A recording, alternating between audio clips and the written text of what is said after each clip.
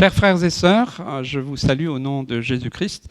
Voilà, ce matin, nous sommes donc contraints d'enregistrer les messages et les prochains dimanches jusqu'à la fin de ce confinement.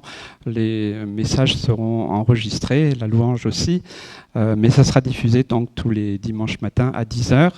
Voilà, j'aimerais vraiment que nous puissions rester soudés. C'est pas parce que nous avons fermé le local que l'Église est fermée, mais nous voulons réellement que chacun de vous puisse être béni, encouragé. Donc suivez nos cultes. Il y aura les réunions de prière aussi sur Zoom le mardi soir et le jeudi soir à 20h.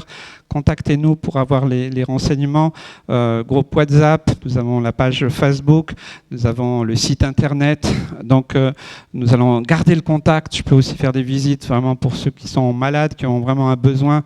Donc on va rester soudés. Je crois vraiment que ce deuxième confinement puisse nous conduire vraiment à garder la foi et à rester vraiment unis dans le nom de Jésus. J'aimerais prier pour introduire ce culte. Merci Seigneur.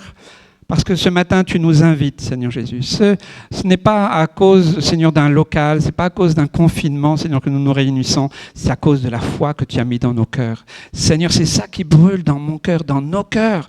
Alors, Seigneur, je prie vraiment pour que ce culte soit béni, Seigneur Jésus, qu'il soit vraiment bouillant, Seigneur Jésus, qu'il soit vraiment enflammé, que tu conduises la louange. Nous voulons vraiment te louer et t'adorer en esprit et en vérité. Conduis et dirige toutes choses, Seigneur Jésus. Et tu vas nous aider pendant ces semaines, Seigneur Jésus, où, Seigneur, on sera encore loin les uns des autres. Tu vas nous apprendre, Seigneur Jésus, à vivre ensemble, à Seigneur, avoir, Seigneur Jésus, vraiment une communion, Seigneur Jésus, en esprit et en vérité. Que ton nom soit béni, que ta volonté soit faite, au nom de Jésus. Amen. Alléluia, merci Seigneur Jésus, merci pour ces temps de louange Seigneur, vraiment on veut se tenir devant toi ce matin parce que tu es ce Dieu fidèle, tu es ce Dieu grand Seigneur Jésus, et nous voulons Seigneur t'adorer Seigneur, pour qui tu es Seigneur Jésus. Ce matin tu veux encore nous toucher Seigneur, même si nous sommes chez nous, même si Seigneur nous ne pouvons pas venir ensemble autour de toi Seigneur Jésus, nous savons que nous sommes ensemble chacun chez nous Seigneur, avec toi Seigneur Jésus. Alors merci ce matin que ton esprit nous remplisse, merci de nous toucher, de nous visiter, alléluia Seigneur, merci pour ta présence. Oui Seigneur, ta grâce nous suffit, ces chants que nous allons prendre ce matin, je vous invite à le prendre avec nous, alléluia.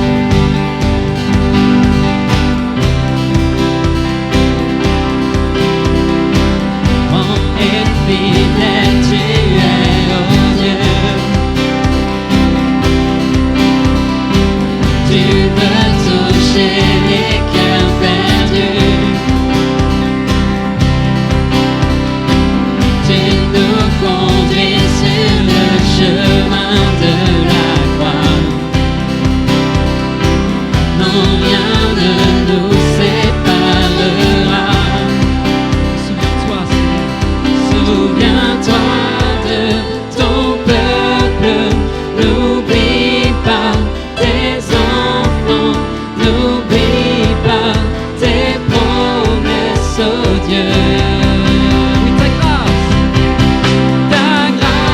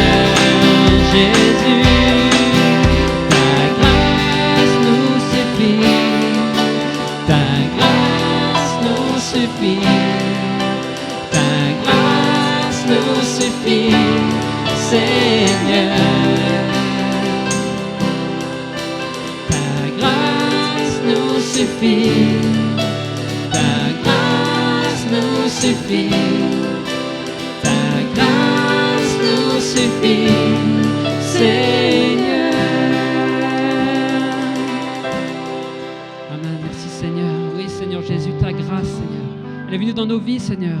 Ce n'est pas par nos actes, Seigneur Jésus. Ce n'est pas par nos forces que nous pouvons être sauvés, mais c'est par ta grâce, Seigneur. Ce matin, nous pouvons élever nos voix. Nous pouvons nous tenir vers toi, Seigneur, parce que tu es venu dans ta grâce, Seigneur. Nous ouvrir les yeux, nous ouvrir cette porte, Seigneur Jésus, qui mène au cœur du Père. Alléluia, Seigneur. Alors ce matin, nous voulons élever le roi des rois, le Seigneur des seigneurs, celui qui vit au siècle des siècles. Alléluia.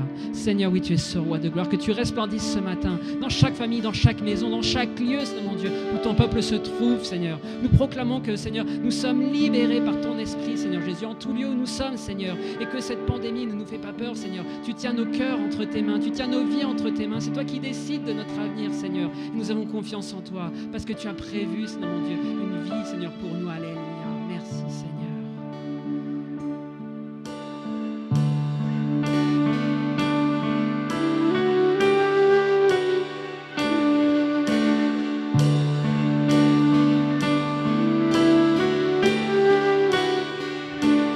Nous étions là dans les ténèbres, sans espoir, sans repère. Quand du ciel tu es descendu, nous montrer l'amour du Père. À une vierge, l'ange est apparu, comme l'avaient dit les prophètes. Et d'un trône de gloire éternelle, tu es né dans une étable.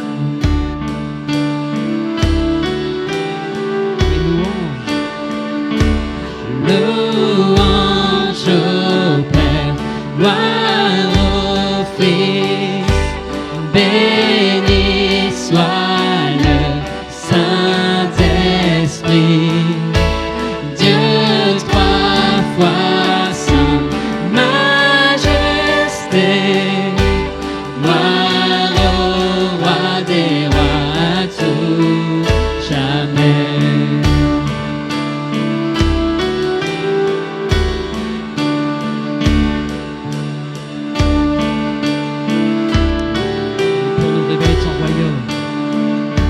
Révéler son royaume, réconcilier les perdus, pour acheter la création, tu n'as pas méprisé la croix.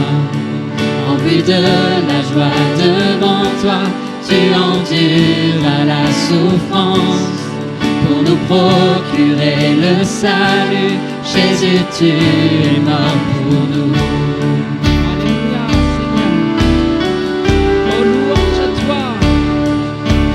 Louange au Père, gloire au Fils, béni soit le Saint-Esprit, Dieu trois fois saint, majesté,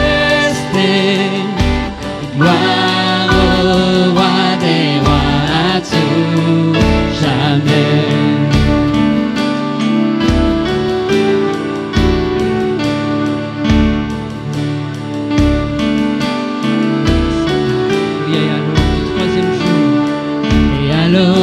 Troisième jour, tout le ciel retint son souffle. Quand la pierre fut roulée, l'agneau de Dieu a triomphé. Les morts sortirent de leur tombe, tous les anges furent dans la joie, car les âmes de ceux qui croient en notre Père sont restaurées. Et l'Église de Christ est née, sa flamme attise par l'Esprit, et cette vérité ancienne subsistera à jamais. Par son sang et en son nom, par sa victoire je suis libre. L'amour de Jésus-Christ m'a ressuscité à jamais.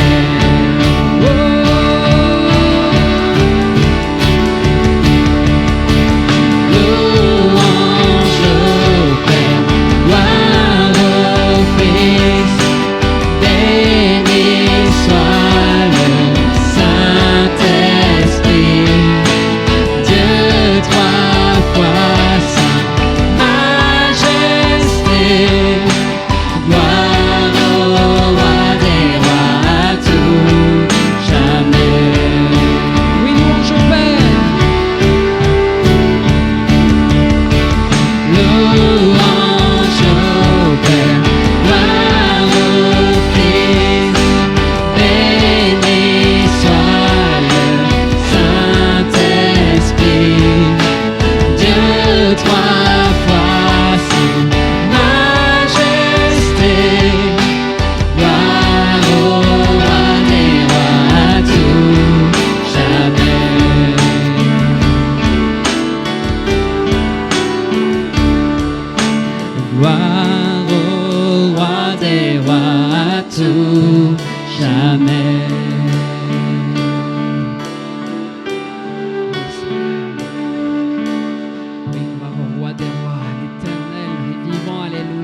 notre Dieu a vaincu la mort.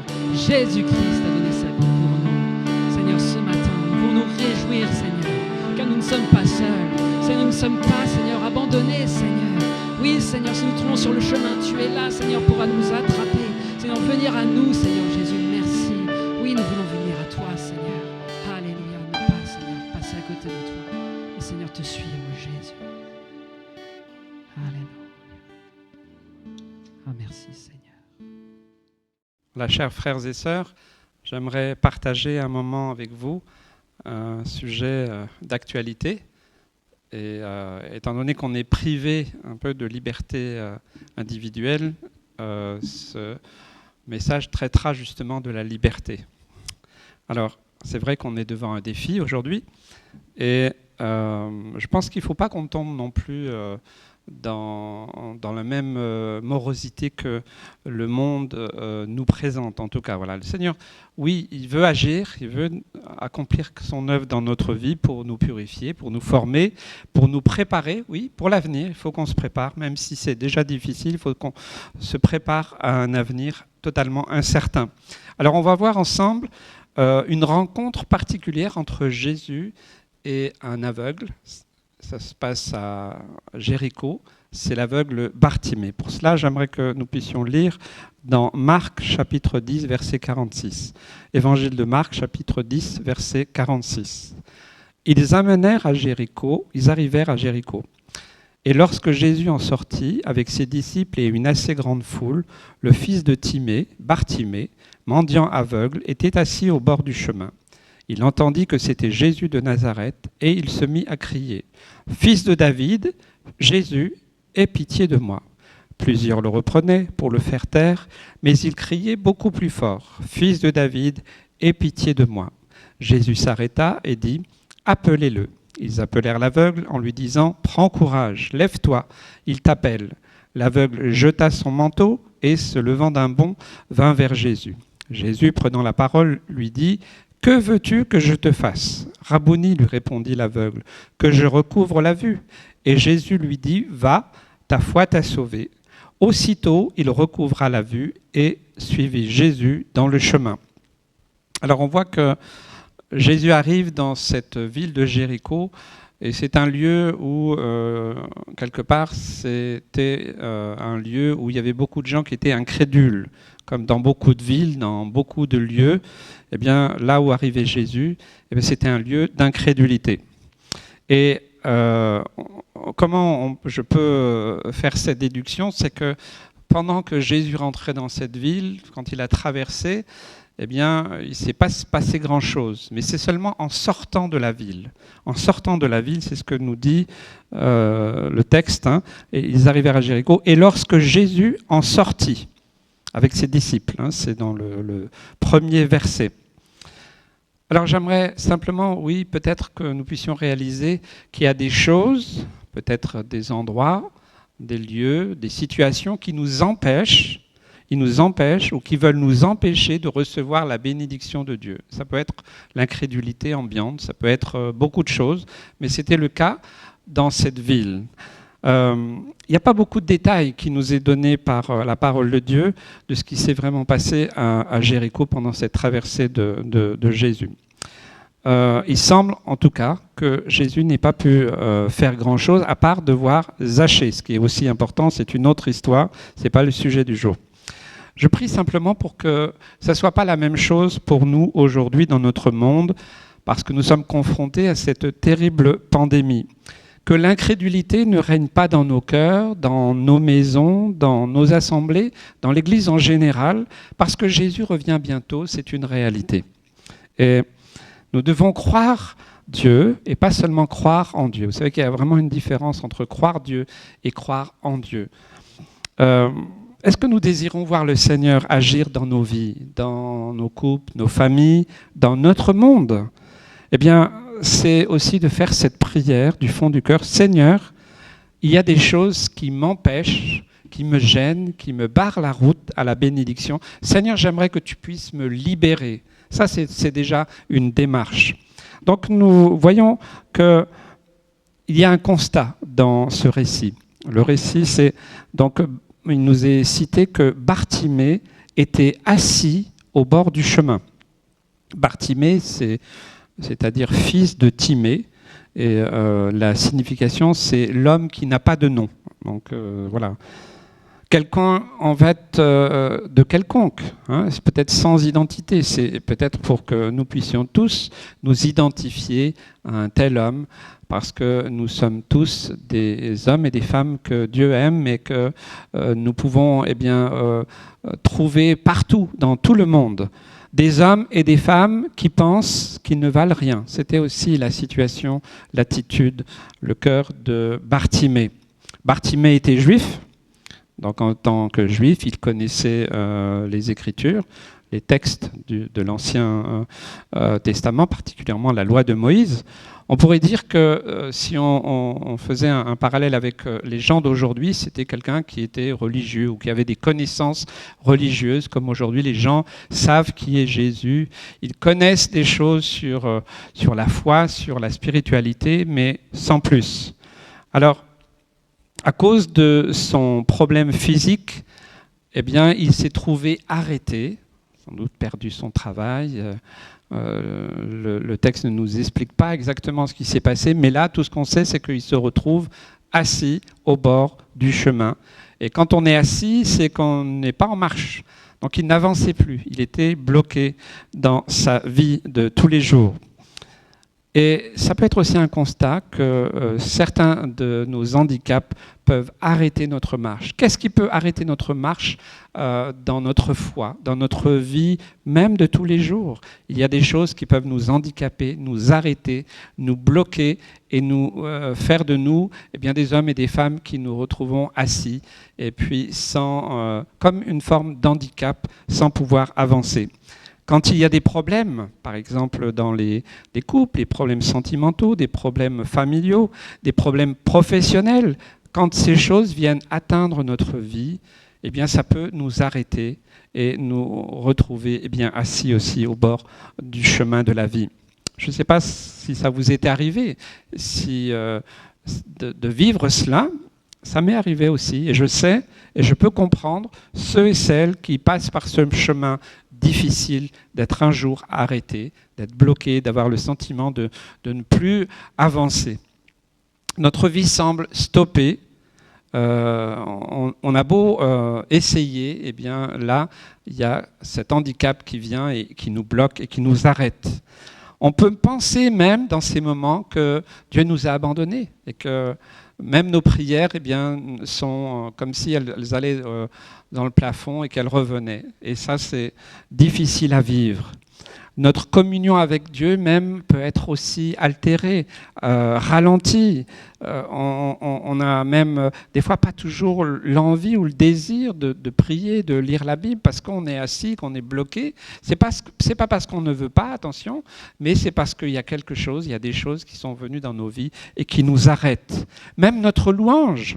Pour ceux et celles qui aiment la louange, et nous aimons la louange, j'aime la louange, et notre louange peut être aussi altérée, elle n'est plus aussi enflammée, elle n'est plus embrasée comme avant, elle n'est plus aussi fervente, elle est peut-être mécanique, c'est déjà bien, mais nous sommes là, arrêtés au bord du chemin. On se retrouve là, donc comme Bartimée que Jésus a rencontré. Notre âme desséchée, peut-être abattue, languissante, triste. Et vous savez, dans ces situations-là, et j'imagine bien Bartimée en train de penser à 1000 choses. Vous savez, les idées se bousculent dans la tête. Comment, pourquoi, et on refait tous les films dans sa tête parce qu'on essaye de comprendre, on essaye de trouver des solutions, mais finalement ça ne nous aide pas, mais c'est notre nature humaine de se comporter de cette manière. Peut-être il y a quelqu'un qui est dans cette situation ce matin et qui nous regarde. Vous attendez que quelque chose change, quelque chose bouge, que enfin, oui, il y ait un intérêt pour votre situation, quelque chose qui vienne dans votre vie pour vous aider à vous relever et reprendre la marche. La Bible ne nous dit pas depuis combien de temps Bartimée était là, assis au bord du chemin, mais je suis sûr que pour lui, ça faisait déjà longtemps, trop longtemps. Quand on est arrêté, quand on est bloqué par telle ou telle situation handicap, c'est toujours trop long. Ceux qui ne l'ont pas vécu ne peuvent peut-être pas le comprendre, mais ceux qui l'ont vécu savent que de toute façon, que ce soit 1 heure ou des années, c'est long, et c'est très long à vivre, et c'est difficile. Donc il fallait pour Bartimée que quelque chose se passe. Et je crois que c'est important que dans nos cœurs, j'aimerais que vous puissiez aussi avoir dans votre cœur ce cri qui monte du cœur, ce cri intérieur. Seigneur, ça fait longtemps, ça fait trop longtemps que je suis là au bord du chemin. J'en ai marre, j'en peux plus. Vous savez qu'on a le droit de s'exprimer comme ça devant Dieu. C'est pas interdit. Et on peut crier, demander au Seigneur qu'il intervienne. Ne me laisse pas assis plus longtemps au bord du chemin. Aide-moi à me relever. Aide-moi à prendre de nouveau le chemin que tu as prévu pour moi. Ça, c'est quelque chose d'important. Alors, il y a, oui, quand Jésus passe, bien sûr, sa réputation le précédait, et certainement que Bartimée a entendu parler de Jésus. Donc, il y a quelque chose qui s'est passé dans son cœur, et c'était aussi au niveau de sa volonté, une détermination qui a commencé bon, Jésus passe quand même, hein, c'est particulier. À l'époque, il ne pouvait bénir que ceux qu'il rencontrait. Donc, le cœur, j'imagine le cœur de Bartimée qui devait commencer à battre. Et qu'est-ce qu'il fait? Alors que Jésus passe avec ses disciples, le texte ne nous dit pas qu'il s'est intéressé directement à Bartimée, mais Bartimée a fait quelque chose, il se mit à crier « Fils de David, Jésus, aie pitié de moi !» J'imagine très bien cet homme dans sa souffrance, dans sa peine, dans sa douleur, dans son désespoir qui n'en peut plus. Et là, Jésus passe. Est-ce qu'il va laisser passer l'occasion? Est-ce qu'il va laisser passer Jésus sans réagir, sans avoir quelque chose qui vienne pour accomplir une action puissante dans sa vie? Bartimée, il se met à crier. Il a besoin que le ciel s'ouvre. Il a besoin que le ciel se déchire. Il a besoin d'une bénédiction. Peut-être tu cherches aussi une bénédiction. Vous savez, des fois, je prie, Seigneur, aujourd'hui, j'ai besoin d'un encouragement.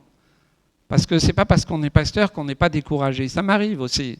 Et dans ce cas-là, je crie, je dis, Seigneur, j'ai besoin d'un encouragement aujourd'hui. J'ai besoin que le ciel s'ouvre. Et Bartimée, avec son cœur, il a ce désir, cette sincérité, cette simplicité, cette humilité et cette transparence de crier à Jésus. C'est ce que Dieu nous demande. C'est ce que Dieu te demande aussi de faire, d'avoir cette volonté, de vouloir réellement que Jésus accomplisse quelque chose dans ta vie. Ce n'est pas de la théorie, ce n'est pas de la théologie, c'est quelque chose de véritable. Donc la première chose, c'est un acte de notre volonté propre. Même si on ne se sent pas capable, même si on ne sait pas comment on va faire, même si on ne sait pas ce qui va se passer, c'est dire, au fond, oui, il faut que quelque chose se passe. Donc ça, c'est la première chose que Dieu, quand Jésus vient, quand il s'approche, il y a quelque chose là qui se passe dans les cœurs. Le combat pour Bartimée, il a eu lieu. On pourrait dire le dernier combat, avant qu'il y ait vraiment quelque chose qui se passe. Le verset 48 nous dit « Plusieurs le reprenaient pour le faire taire ». Quand vous voulez être relevé, bien souvent, il y a des gens qui vous disent « Attends. Toi, tu as un péché dans ta vie, toi, ceci, toi, cela, toi, tu ne mérites pas, toi, tu devrais. » Vous savez, tous ceux qui ont un ministère de découragement, un ministère très spécial, il y a toujours des personnes qui veulent exercer la miséricorde envers ceux qui souffrent, mais pas vraiment comme on l'espère, au lieu d'encourager. Et c'est notre rôle à chacun de nous de représenter Jésus sur la terre. Et quand on rencontre des Bartimée, eh bien c'est de fortifier, de construire, d'aider, d'écouter, de compatir, de pleurer avec la personne, de prier avec et pour la personne. C'est cela la mission de Jésus. Jésus l'a accompli. Nous devons et nous pouvons le faire nous aussi autour de nous. Mais souvent nous rencontrons des gens qui sont là pour décourager. C'est simplement l'œuvre du diable pour nous décourager. C'est sa spécialité. Et vous savez, il a des milliers d'années d'expérience. Donc n'essayez pas de le convaincre ou de changer sa façon de faire. Il a toujours le même processus. Et son but, c'est quoi? C'est de nous éloigner de Dieu. Son but, c'est de t'isoler. C'est de t'isoler pour te conduire dans la peur, pour te détruire, pour te pousser au désespoir, et je dirais même pour te pousser peut-être même jusqu'à l'extrémité, à te proposer peut-être que la mort est la seule solution. Ces choses-là existent dans notre monde. Mais Bartimée, alléluia, merci Seigneur, lui, il n'a pas accepté de rester dans cette situation. Alors que d'autres voulaient le faire taire, la deuxième partie du verset 48 nous dit « Il cria beaucoup plus fort ». Ça, c'est extraordinaire. Donc, on doit comprendre que ce n'est pas une question de puissance de voix. Ce n'est pas parce que voilà, on crie très fort, ce n'est pas du tout ça. C'était une disposition de cœur. Quand vous comprenez que Bartimée était arrêté là, au bord du chemin, qu'il était sans doute rejeté par la plupart de ses concitoyens, peut-être de sa famille. Et quand Jésus passe, eh bien, il se met à crier, parce qu'il est dans le désespoir. Mais il y a quand même dans ce désespoir, il y a un espoir. Jésus est là, il va faire quelque chose. Et il se met à crier beaucoup plus fort que même ceux qui veulent l'arrêter. Peut-être même les disciples aussi, « Oh, tais-toi, Jésus il est occupé » et tout ça. Non. Il crie beaucoup plus fort. Maintenant, Jésus s'arrête quand il entend crier. Et cet élan du cœur de Bartimée, même si vous êtes à des milliers de kilomètres d'ici, Jésus t'appelle par ton nom, par ton prénom. Il te connaît et il est venu pour que tu aies la vie en abondance et que tu sois guéri, renouvelé et délivré. Amen. Dieu entend le cri de votre détresse, de votre angoisse et de votre souffrance. Dieu appelle des hommes et des femmes qui sont dans cette situation comme Bartimée. Chacun en particulier parce qu'il nous aime, parce qu'il est venu. Et la Bible nous dit que Dieu a tant aimé le monde qu'il a donné son Fils. Il est venu mourir à la croix pour toi et pour moi, pour te sauver, pour nous sauver. Amen. Il veut te renouveler, il veut te restaurer, il veut te guérir, il veut te délivrer. Amen. Il veut te rendre fort, il veut t'affermir, il veut que tu sois un homme, une femme persévérante. Mais avant, il veut te relever de ta situation. Ce que nous vivons aussi avec cette pandémie, ce confinement, avec aussi le terrorisme, et l'ambiance est plutôt morose, c'est vrai. Mais j'aimerais dire qu'il reste un espoir. Amen. Et cet espoir, c'est Jésus. Et il dit à chacun de nous, tous ceux qui sont dans cette situation, dans un moment difficile, il dit, mon enfant, prends courage. Prends courage et lève-toi. Amen. C'est vrai qu'il y a un combat. C'est vrai que c'est difficile. C'est vrai que c'est compliqué. C'est vrai qu'il y a des obstacles. C'est vrai qu'on pourrait se justifier. On pourrait dire, oui, mais Jésus, et tu comprends, et ceci. Oui, c'est vrai tout ça. OK. Mais c'est à vous de prendre la décision, en tout cas dans votre cœur. Maintenant, je lis au nom de Jésus tout ce qui voudrait vous stopper et vous laisser au bord du chemin. Au nom de Jésus. Amen. Le psaume 4, verset 2 nous dit « Quand je crie, réponds-moi. Quand je suis dans la détresse, sauve-moi. Aie pitié de moi. Écoute ma prière. » Ça, c'est la prière de quelqu'un qui est vraiment désespéré, mais qui espère en Dieu. Amen. Mais Bartimée a une attitude importante qu'il nous faut relever pour nous servir d'exemple. Premièrement, il a reconnu son état.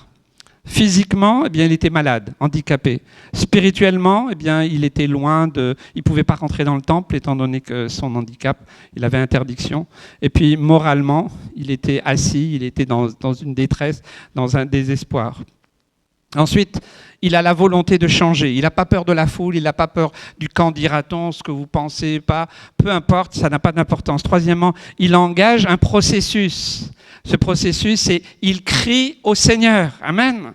Et quatrièmement, il accepte de se débarrasser de ce qui le gêne pour recevoir la bénédiction. Qu'est-ce qui le gênait ? Pour Bartimée, il y a quelque chose. Verset 50. Il jeta son manteau, se leva d'un bond et vint vers Jésus. Extraordinaire, Jésus n'est pas venu lui imposer les mains. Vous voyez, il y a vraiment quelque chose là de particulier dans ce miracle.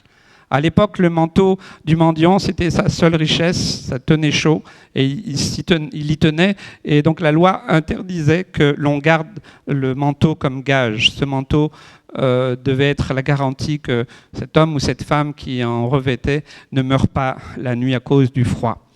Ce manteau les démarquait de tous les autres, ça le faisait reconnaître. C'est un manteau de pauvreté, de honte, de souffrance, de mise à l'écart. Certainement, il était repéré de loin. Ah, tiens, regarde, il y a Bartimée là, encore. Hein? Et il se peut peut-être que quelques-uns portent encore ce manteau. Peut-être qu'on vous a mis sur le dos. Mais ça peut être aussi la religion, ça peut être des problèmes de jalousie, de haine, ça peut être des désirs malsains, ça peut être l'amour de l'argent, ça peut être le mensonge, la haine, ça peut être tellement de choses, ça peut être une dépendance, ça peut être quelque chose, un handicap, un jour peut-être qui vous a arrêté, quelque chose vous a arrêté. Et le Seigneur, eh bien, le sait, même vous le savez. Est-ce que vous souhaitez vous débarrasser de tout ce qui vous gêne ?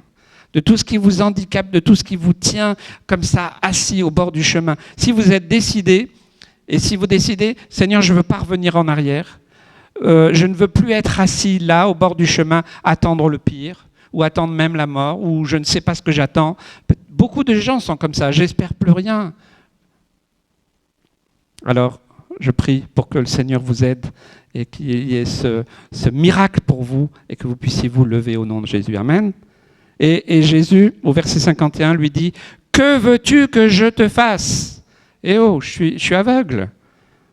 Mais il lui pose quand même la question, et il te pose la question « Que veux-tu que je te fasse ?» Toi qui regardes, toi qui écoutes, que veux-tu que Jésus fasse ?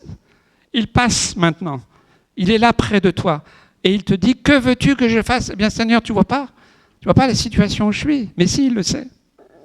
Pourquoi il demande ça ? Parce qu'il désire que nous nous exprimions devant lui. Et aussi, je crois que c'est une déclaration face aussi à notre ennemi, qui nous tient assis, courbés, et qui veut nous arrêter. Et je crois que c'est important aussi, c'est une déclaration devant les hommes, devant Dieu, mais aussi devant le diable et ses démons. Que le diable sache qu'aujourd'hui, alors que tu peux te tenir debout là où tu es, que tu dois commencer à confesser tout ce que tu veux jeter, tout ce que tu veux abandonner et renoncer. Le Seigneur attend que tes lèvres bougent, commencent à s'articuler et que tu puisses t'exprimer.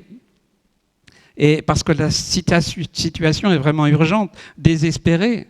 Il n'y a pas une seconde à perdre alors. Et que le Seigneur puisse vraiment accomplir son œuvre dans ta vie. Amen.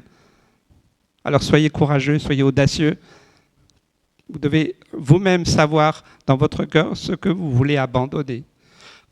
Ce qui est vraiment un obstacle ou peut-être une souffrance particulière qui vient peut-être de longtemps et jusqu'à présent peut-être vous viviez avec. Peut-être même que vous la gardiez un peu dans votre cœur parce que quelque part ça vous aidait, ça vous rassure. Et le Seigneur vous dit et te dit ce matin, est-ce que tu veux être libéré, débarrassé de ce manteau qui te tient captif, qui te tient dans cette situation? Amen. Alors dites, ça suffit. Il faut que le diable sache que vous prenez une position aujourd'hui. Vous savez, alors que le monde fête ce week-end Halloween, cette pseudo-fête, qui est en réalité une fête satanique, diabolique, pour laisser les esprits mauvais continuer à détruire les vies, eh bien, je crois que nous devons nous lever et proclamer tout au Seigneur. Voilà, Seigneur, j'abandonne, je m'abandonne entre tes mains. Seigneur, pardonne mon péché. Seigneur, que je recouvre la vue, que mes expériences passées douloureuses guérissent, que mes blessures trouvent un baume, parce que toi, tu es le divin médecin, que je redevienne bouillant pour toi, que ma vie brille dans les ténèbres de ce monde comme un flambeau. Délivre-moi, Seigneur. Sauve-moi, restaure-moi, guéris-moi. Fais de moi un homme, une femme selon ton cœur et que mon cœur soit renouvelé. Et le Seigneur a une parole pour toi. Il te dit, mon enfant, va, ta foi t'a sauvé. Amen. Il n'y a plus de condamnation pour ceux qui sont en Jésus-Christ. Qui accusera les élus de Dieu? Reprends le chemin tracé par Jésus. Il t'aime et il te pardonne. Amen. Bartimée, quand il s'est levé, aussitôt il recouvra la vue.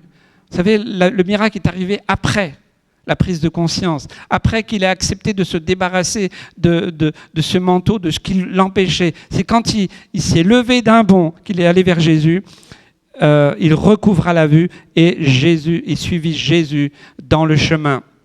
Je proclame cette délivrance pour toi. Je proclame cette délivrance dans ta vie, dans ma vie aussi. Ce matin, et que ça soit un réel impact dès ce jour et pour le reste de ta vie. Je vais conclure et je vais rappeler simplement les points importants. Il faut reconnaître notre état. Oui, Seigneur, je suis au bord du chemin, j'en peux plus. Voilà ma situation, c'est vrai. Désirez la délivrance, que cela puisse venir dans votre cœur. Seigneur, sors-moi de là. Viens dans ma souffrance. Agissez en conséquence. Et c'est peut-être de vous lever alors que vous étiez assis. Hein? Allez vers celui qui délivre. C'est Jésus seul qui peut vous aider. Les religions ne peuvent pas vous aider. Moi, je ne peux pas vous aider. Il n'y a que Jésus qui peut vous aider. Et Jésus est là ce matin et il passe même dans votre maison, là où vous êtes réunis. Il est là. Lève-toi à ta place. Et lève-toi d'un bond et reçois cette délivrance et cette guérison. Amen. Confesse de ta bouche ce que tu veux laisser. Confesser, c'est important aussi. Et recevez cette vie nouvelle. Que Dieu vous bénisse au nom de Jésus. Amen.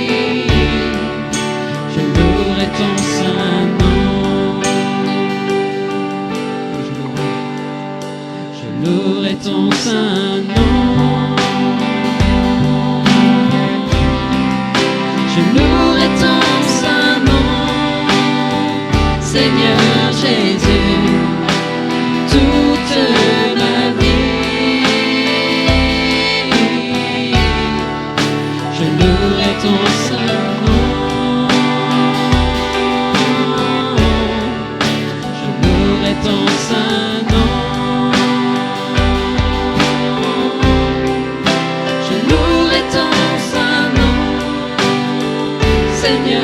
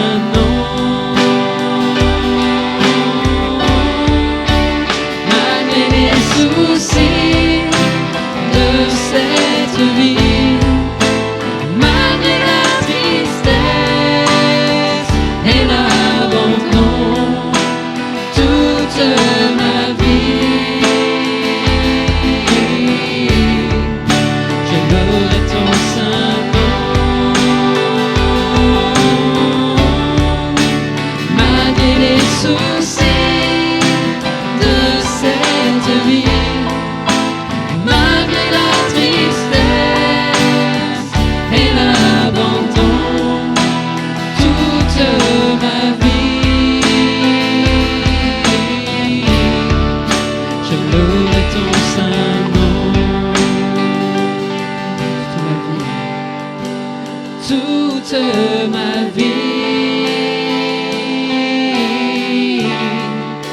Je louerai ton saint nom. Toute ma vie, Jésus, je louerai ton saint